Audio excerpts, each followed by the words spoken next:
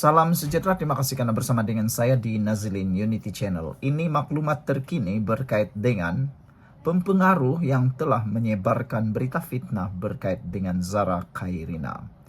Rupa-rupanya salah seorang daripada pempengaruh yang menyebarkan berita tidak benar itu ialah seorang yang sakit, mempunyai masalah mental, terganggu, dan jiwa kacau.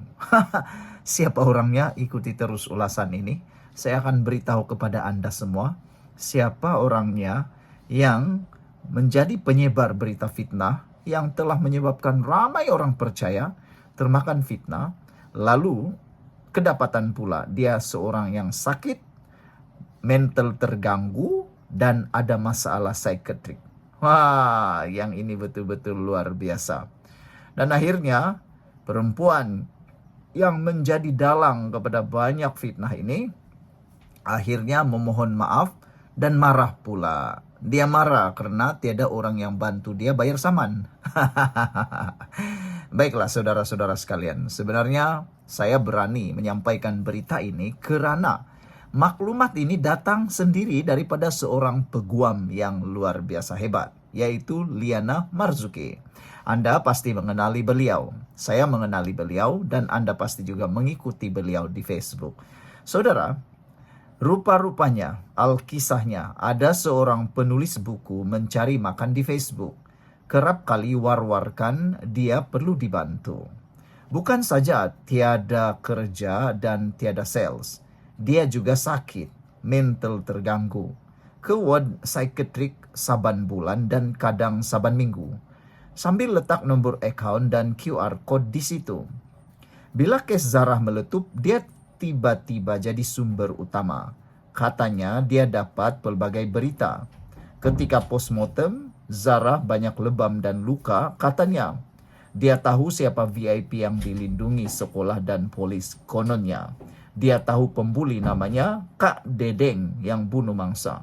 Semua itu menjadi buah mulut yang menjadi fitnah. Dan orang ramai pula percaya. Rupa-rupanya maklumat ini hadir daripada seorang yang kita sebenarnya kesianlah, kita simpati. Sebab bukan saja beliau tidak ada kerja menurut Liana Marzuki, tiada sales karena dia sebenarnya mencari makan melalui menulis buku di Facebook. Dia juga sakit, mental terganggu, dan ke ward psikiatrik saban bulan dan kadang setiap minggu. Dan paling menyedihkan, dia juga menyertakan nombor account dan QR code bagi meminta bantuan ramai orang. Kesianlah kan? Kita memang kesian. Tapi yang lebih kesian lagi ialah apabila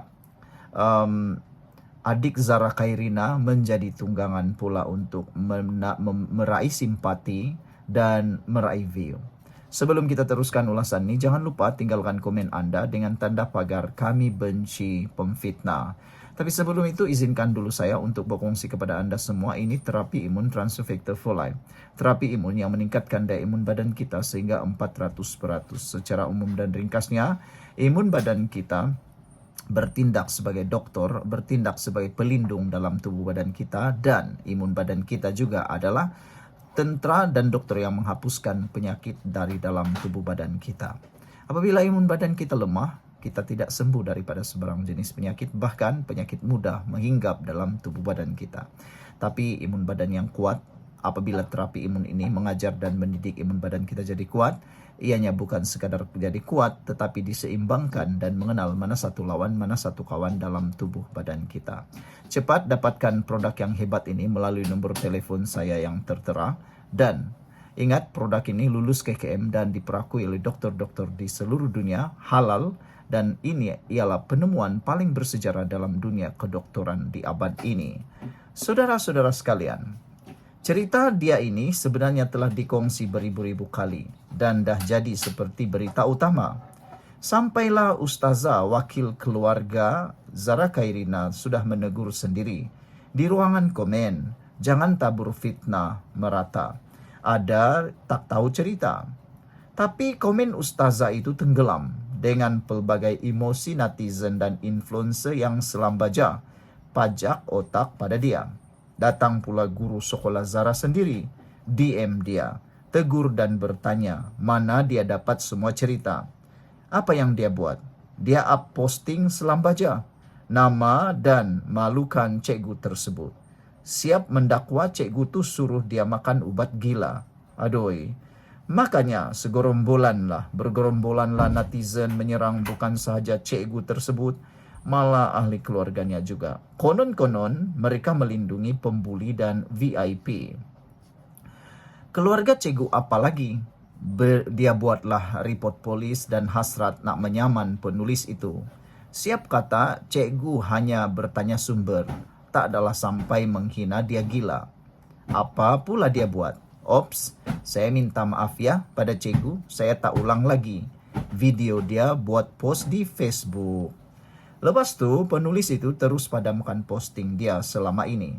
Posting dia yang dirujuk oleh influencer dan portal-portal berita. Padam begitu sahaja, tanpa alasan, tanpa berita. Ramai termakan fitnah. Hari ini dia punya bangga, katanya dialah penggerak solidariti Zara Khairinah. Beribu-ribu orang berkumpul sebab perjuangan dia, katanya. Tapi sekarang tak ada pun nak tolong dia. Dia mohon bagilah dia RM1 nombor akaun tersedia. Beberapa hari sebelum tu, dia ada selfie di ward psikiatrik sambil minta derma untuk ubatnya yang habis jua. Sekarang kita bertanya, kredibelkah dia nih? Apa bukti, apa saja yang dia cerita itu benar belaka? Kenapa influencer senang-senang pajak otak pada dia? Kita pernah dengan dia siapa? Apa kaitan dengan mangsa? Yang paling penting, tak scroll dulu ke cerita-cerita dia lama-lama. Kalau sudah lama berkongsi kisah kesehatan mental dan kerap memohon derma, bukankah wajar kita semak dulu sebelum percaya bulat-bulat cerita dia? Skill fact check ini bukan sahaja semak fakta, perlu juga tengok siapa yang menyampai. Janganlah semua kita percaya tanpa akal. Dia tak salah sebenarnya. Wanita itu tak salah. Dia sakit.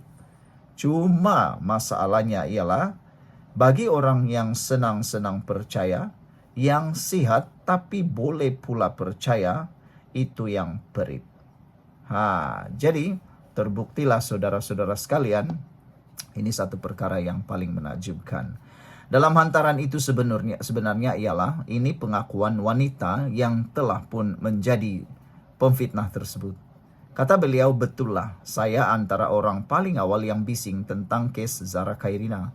Sampai satu tahap katanya gelombang JFZ, Justice for Zara, merebak ke seluruh negara. Puluhan ribu orang turun padang pegang sepanduk. Tapi hari ini saya pilih untuk diam dan berkecuali, katanya lagi. Biarlah kebenaran terungkai sendiri. Bukan sebab saya tidak sayang Zara Khairinah, tapi saya kecewa, katanya. Sebab saman, tiada siapa mau bantu saya. Semua orang fokus memperjuangkan mangsa.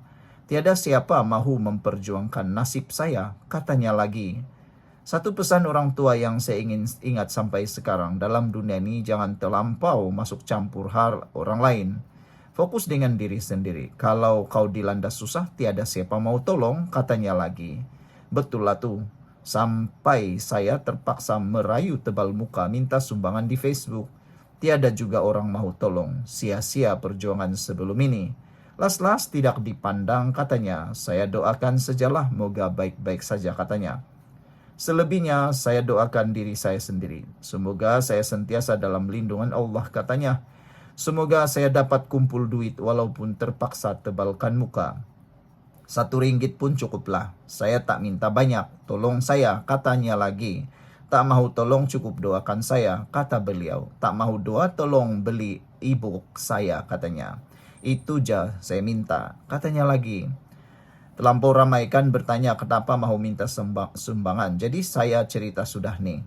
Akaun Facebook ini pun saya mau padam. Saya mau create akaun baru dan lock profile.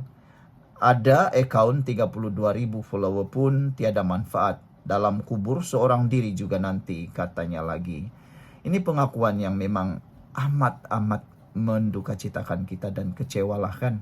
kesian juga lah. Tapi apa boleh buat, dia memilih jalan itu sendiri. Sekian dulu untuk kali ini, jangan lupa tinggalkan komen Anda. Bye-bye.